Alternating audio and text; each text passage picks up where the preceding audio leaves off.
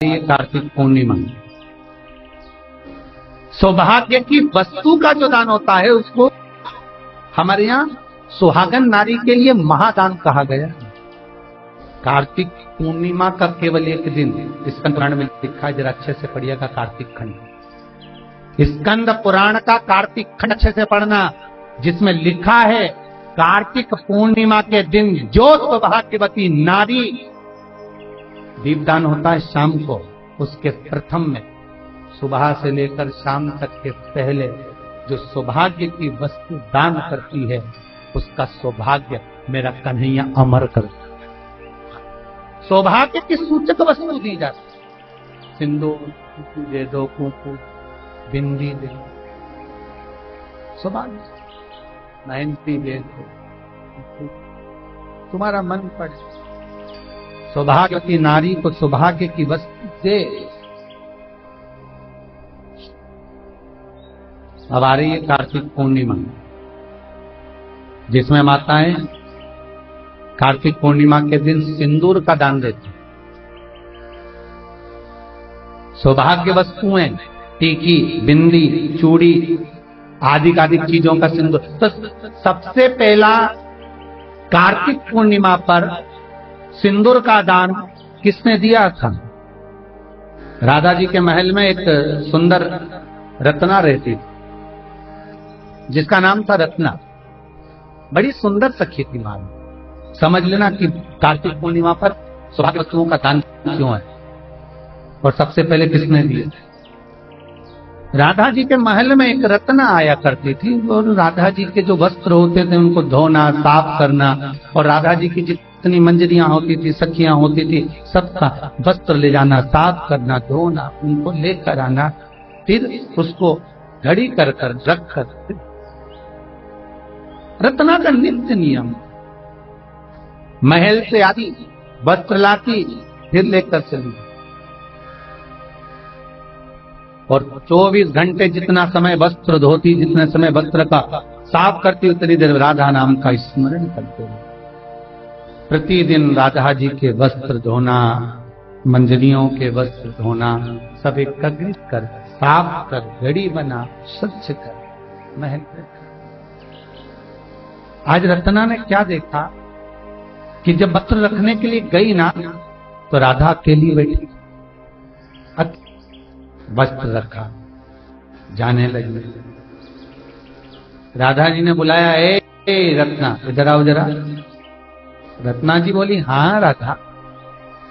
महारानी बोलो क्या बात है। रत्ना, मेरी जितनी सखियां है ना, जितनी मंजरियां, सारी तेरी बड़ाई करती है। क्या कपड़े धोती, क्या भजन गाती, क्या कीर्तन करती, क्या स्मरण करती, 24 घंटे जपती है।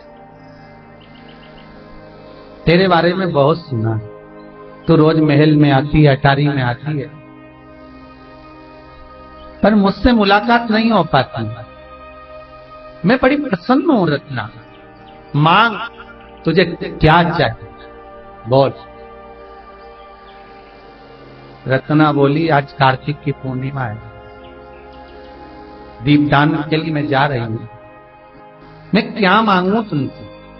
बस देना हो तो कुछ ऐसा दो जो आज तक आपने किसी को ना दिया। अब राधा चक्कर में पड़ गई, अब किसी को ना दिया हो वो रत्ना को देना, जो तुमने किसी को ना दिया हो वो मुझे दे। राधा जी ने कहा, मेरे पास में जितनी सामग्री है मैं सबको दे देती हूँ, सोना, चांदी, हीरा, पन्ना, रतन, आभूषण, वस्त्र, माणिक, मोती, महल, अटारी, जो मांगता है उसको दे देती हूँ। पर तू बड़ी गजब है, कपड़े साफ कर लाती है और आज कह रही कि वो दो जो किसी को ना दे अभी तक। राधा जी ने अपनी मांग में से सिंदूर निकाला और रत्ना की मांग रही, आज तक मैंने कान्हा को किसी को नहीं दिया, पर तुझे दे।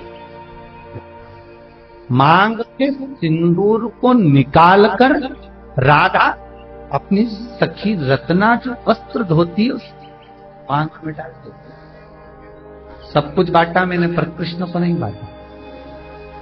पर तेरी भक्ति ऐसी है, आज कार्तिक पूर्णिमा पर मैं तुझे क्या दूं, बस यही मांग कर सिंदूर देती। कार्तिक के महत्व में दूसरा क्रम आता है तुलसी का क्रम, दीपदान, तुलसी का पूजन। और तुलसी का पूजन कोई साधारण नहीं महाराज। एक जगह पर बैठकर एक पेड़ के नीचे, बड़ के पेड़ के नीचे श्री धनवा अपने मित्र के साथ बैठकर तुलसी की महत्वता का स्मरण कर रहे हैं। शास्त्र कहता है कि वो जो बड़ का पेड़ था जिसके नीचे बैठकर तुलसी की कथा का स्मरण कर रहे थे, वो बड़ का पेड़ ही नीचे गिर जाता और उसमें से देवता प्रकट होते हैं और वो वैकुंठ को चले। तो श्री धनवा ने रोका, आप कौन है? तो कहा मैंने पाप कर्म करा था जिसके कारण बस मुझे श्राप लगा, तो श्राप लगने के कारण मैं बड़ का पेड़ बन गया। 20 लाख योनियां वृक्ष की हैं,